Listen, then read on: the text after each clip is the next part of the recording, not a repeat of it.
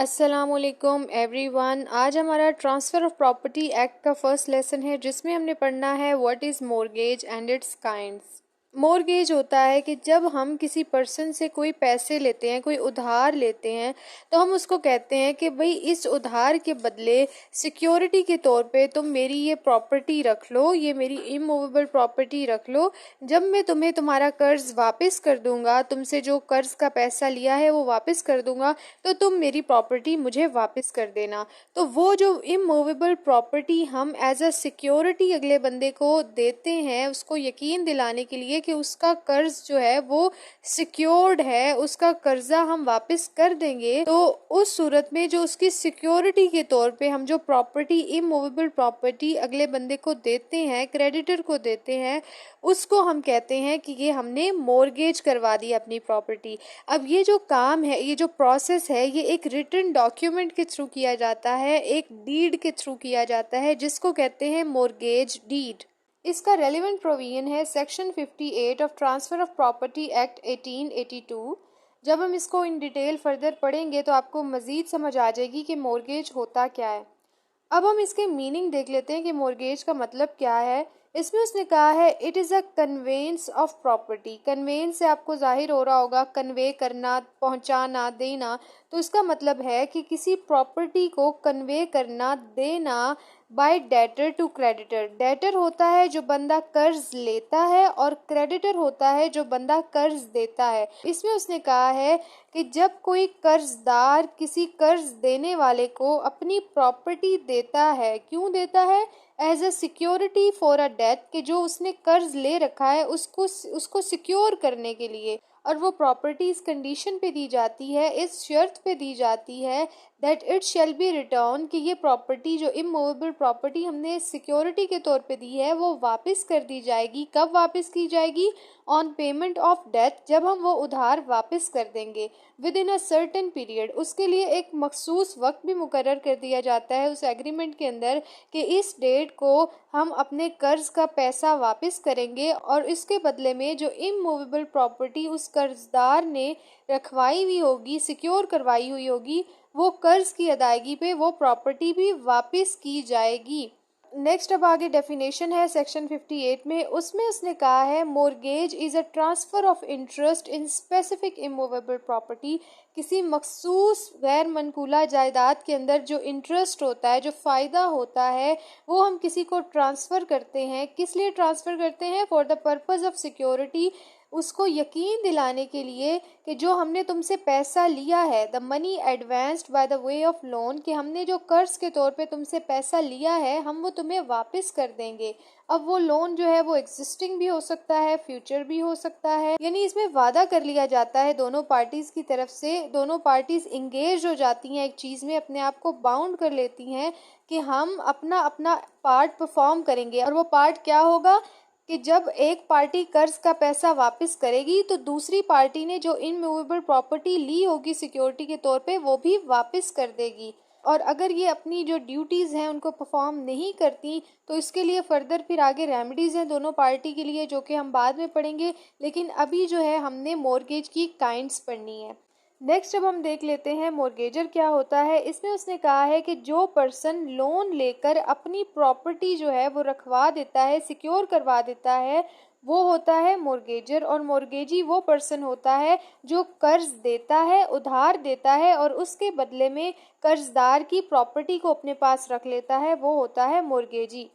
Next इसमें है mortgage money. Mortgage money होता है वो प्रिंसिपल अमाउंट, जो डेथ हमने लिया होता है, जो कर्जा हमने लिया होता है, वो होता है मॉर्गेज मनी। नेक्स्ट इसमें पॉइंट है मॉर्गेज डीड। जिस डॉक्यूमेंट के थ्रू, जिस इंस्ट्रूमेंट के थ्रू हम ये सारा ट्रांसफ़र करते हैं, यानी कर्ज लेके प्रॉपर्टी सिक्योर करवाते हैं और उसको एक रिटन फॉर्म में लेके आते हैं, वो जो डॉक्यूमेंट होता है उसको हम मॉर्गेज डीड कहते हैं। नेक्स्ट अब हम काइंड्स ऑफ मॉर्गेज देख लेते हैं। यहाँ पे हमारे पास 6 काइंड है मॉर्गेज की, जिसमें सबसे पहले है सिंपल मॉर्गेज। इसमें उसने कहा है कि इसमें जो मॉर्गेजर है वो अपनी प्रॉपर्टी का कब्जा नहीं देता, पोजेशन नहीं देता, बट अपने आप को बाउंड कर लेता है कि मैं जो तुमसे उधार लिया है वो तुम्हें वापस करूंगा। यानी मॉर्गेज डीड के अंदर ये लिख दिया कि मिस्टर ए ने मिस्टर बी से इतने पैसे लिए हैं और मिस्टर ए जो है अपनी इस फलां प्रॉपर्टी को इसमें मॉर्गेज करवाते हैं, पोजेशन नहीं देते, कब्जा नहीं देते, ना कोई डॉक्यूमेंट देते हैं, बस बाउंड कर लेते हैं कि मिस्टर ए मिस्टर बी को फलां डेट पे, एक सर्टेन डेट पे वो कर्जा वापस कर देंगे, वो उधार जो उन्होंने लिया है वो वापस कर देंगे और उसके बदले में ये प्रॉपर्टी जो है वो अपनी बीच में सिक्योर करवा देते हैं कि अगर मैंने ये कर्जा वापस नहीं किया तो मिस्टर बी के पास पूरा राइट होगा कि वो उस प्रॉपर्टी को सेल कर दें और उससे जो पैसा हासिल होगा वो अपना एज अ डेथ जो है वो उसमें से डिडक्ट कर लें। तो इसमें उसने ये भी कंडीशन रखी है कि इसमें डायरेक्ट सेल नहीं होती, यानी क्रेडिटर जो है वो खुद से सेल नहीं कर सकता। अगर मिस्टर ए डिफ़ॉल्ट करेंगे तो मिस्टर बी कोर्ट में जाएंगे कि इसने ये प्रॉपर्टी भी अपनी मॉर्गेज करवाई थी, सिक्योर करवाई थी और अब इसको सेल करके मुझे कर्ज का पैसा वापस दिया जाए। अब इसके एसेंशियल्स हैं, इसमें उसने कहा है कि ये अनकंडीशनल होता है, इसमें कोई शर्त नहीं रखी जाती, इसमें बस बाउंड कर लिया जाता है ख़ुद को कि मैं जो हूँ पैसा वापस करूँगा कर्ज का और ये मेरी प्रॉपर्टी है, अगर मैं ये पैसा वापस नहीं करता तो मेरी इस प्रॉपर्टी को सेल कर दिया जाए। नेक्स्ट इसमें जो एसेंशियल है वो है पोजेशन इज़ नॉट डिलीवर्ड, इसमें पोजेशन नहीं डिलीवर की जाती, नहीं दी जाती। पर्सनल ऑब्लिगेशन होती है कि हम पैसा वापस करेंगे। ऑब्लिगेशन में भी एक्सप्रेस्ड और इम्प्लॉयड हो सकती है, वाज़िया हो सकती है या बाय कंडक्ट वो ये साबित करते हैं कि हम पैसा वापस करेंगे, पर्सनली अपने आप को उसमें बाउंड कर लेते हैं। और इसमें जो डेटर है वो कर्जा वापस नहीं करता तो जो क्रेडिटर है वो 12 साल के अंदर अंदर suit for repayment of mortgage money जो है वो फाइल कर सकते हैं कि 12 साल का लिमिटेशन पीरियड उन्होंने दिया है कि अगर क्रेडिटर को पैसा वापस नहीं देता डेटर जो उसने कर्ज ले रखा है तो जो क्रेडिटर है वो 12 साल के अंदर अंदर कर्जा जो है वो वापस ले सकता है सूट फाइल करके। नेक्स्ट इसमें पॉइंट है यूज़ोफ्रक्ची मॉर्गेज। इसमें उसने कहा है कि ये ऐसा मॉर्गेज होता है जहाँ पे कब्ज़ा दे दिया जाता है और साथ ये कह दिया जाता है कि जब तक हम पैसे वापस नहीं करते आप हमारी प्रॉपर्टी को यूज़ कर सकते हो, हमारी इस इमूवेबल प्रॉपर्टी को अपने पास रख सकते हो। इसमें कोई फिक्स टाइम पीरियड नहीं होता कि हम इतने टाइम में कर्जा वापस कर देंगे, बट ये कहा जाता है कि जब तक हम आपका पैसा वापस नहीं करते आप तब तक हमारी प्रॉपर्टी को यूज़ कर सकते हो।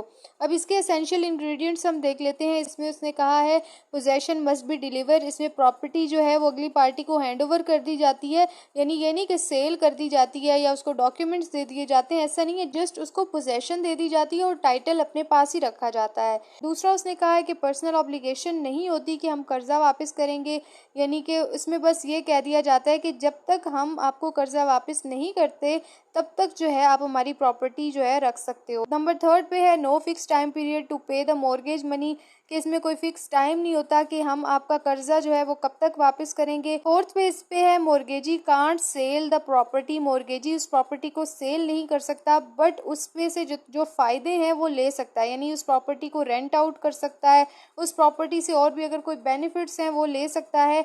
कब तक ले सकता है? जब तक के रेंट का पैसा उसे वापस नहीं मिलता, लेकिन उस प्रॉपर्टी को सेल नहीं कर सकता वो। थर्ड पे जो हमारे पास काइंड है मॉर्गेज की वो है मॉर्गेज बाय कंडीशनल सेल। अब इसमें क्या होता है कि एक तरह से प्रॉपर्टी सेल ही कर दी जाती है, एक कंडीशनल सेल होती है कि अगर मैं अपना कर्ज वापस नहीं करूं तो तुम मेरी इस प्रॉपर्टी को सेल करके अपना जो पैसा है कर्ज का वो उसमें से डिडक्ट कर लो, ले लो। और ये जो सेल है ये फाइनलाइज या एब्सोल्यूट तब होती है जब डेटर कर्ज का पैसा वापस नहीं कर रहा होता। तो जब वो डिफ़ॉल्ट करेगा, पैसा नहीं देगा, उसके बाद क्रेडिटर उसकी दी हुई उस मॉर्गेज प्रॉपर्टी को सेल करके अपना जो पैसा है, जो कर्ज है, वो उसमें से डिडक्ट कर सकता है। अब इसके एसेंशियल्स हैं कि mortgage property subject to sale, इसमें एक तरह से बेचने के लिए रख दी जाती है कि अगर मैं नहीं दूंगा पैसा कर्ज का वापस तो तुम मेरी प्रॉपर्टी को सेल कर सकते हो। दूसरी एसेंशियल है कि sale become absolute on non payment of loan, जब पैसा हम कर्ज का वापस नहीं करेंगे तो सेल जो है वो एब्सोल्यूट हो जाएगी, फाइनल हो जाएगी। थर्ड इसमें है no personal obligation to pay the date, इसमें पर्सनल ऑब्लिगेशन नहीं होती कि मैं लाजमी तौर पे तुम्हें पैसा ही तुम्हारा कर्ज का वापस करूंगा, यानी कंडीशन जो उसने रख दी कि अगर मैं नहीं दूंगा तो तुम मेरी प्रॉपर्टी को सेल कर सकते हो, तो फिर वो पर्सनल ऑब्लिगेशन तो नहीं हुई ना। फोर्थ में इसमें लिमिटेशन पीरियड की बात की गई है, वो 12 साल है। अगर डेटर पैसा वापस नहीं करता अपने कर्ज का तो क्रेडिटर 12 साल के अंदर अंदर सूट फाइल करके उससे अपने कर्ज का पैसा वापस ले सकता है। नंबर 4 पे जो हमारे पास मॉर्गेज की काइंड है वो है इंग्लिश मॉर्गेज। इसमें उसने कहा है कि जो मॉर्गेजर है वो अपने आप को बाउंड कर लेता है कि मैंने कर्ज का पैसा वापस करना ही करना है, लेकिन साथ ही साथ वो अपनी प्रॉपर्टी भी उसको ट्रांसफर कर देता है, अपनी प्रॉपर्टी की पोजेशन दे देता है। अब सिंपल मॉर्गेज में हमने पढ़ा कि वो सिर्फ अपने आप को बाउंड करता है कि मैं पैसा वापस करूंगा, लेकिन प्रॉपर्टी की पोजेशन नहीं देता उसको। लेकिन इंग्लिश मॉर्गेज में वो अपने आप को बाउंड भी करता है कि मैं पैसा वापस करूंगा, और साथ ही साथ वो अपनी प्रॉपर्टी की पोजेशन भी दे देता है क्रेडिटर को। और साथ मॉर्गेजर और मॉर्गेजी एक दूसरे से ये वादा भी कर लेते हैं कि जब मॉर्गेजर कर्ज का पैसा वापस करेगा तो मॉर्गेजी वो प्रॉपर्टी उसको वापस कर देगा जो उसने मॉर्गेज में उससे ली थी। तो वो प्रॉमिस भी कर लेते हैं कि जब तुम पैसे वापस करोगे मैं तुम्हें प्रॉपर्टी तुम्हारी वापस कर दूंगा। तब तक जो मॉर्गेजर है वो उस प्रॉपर्टी को यूज कर सकता है। अब यहाँ पे एसेंशियल्स इसके पढ़ लेते हैं कि मॉर्गेजर अपने आप को बाइंड कर लेता है कि मैं लोन का पैसा रीपे करूंगा, वापस करूंगा। दूसरा उसने कहा है कि पोजेशन भी दे दी जाती है मॉर्गेजी को प्रॉपर्टी की। थर्ड पे उसने कहा है कि एक डेट भी फिक्स कर ली जाती है कि इस डेट को हम लोन का पैसा वापस करेंगे।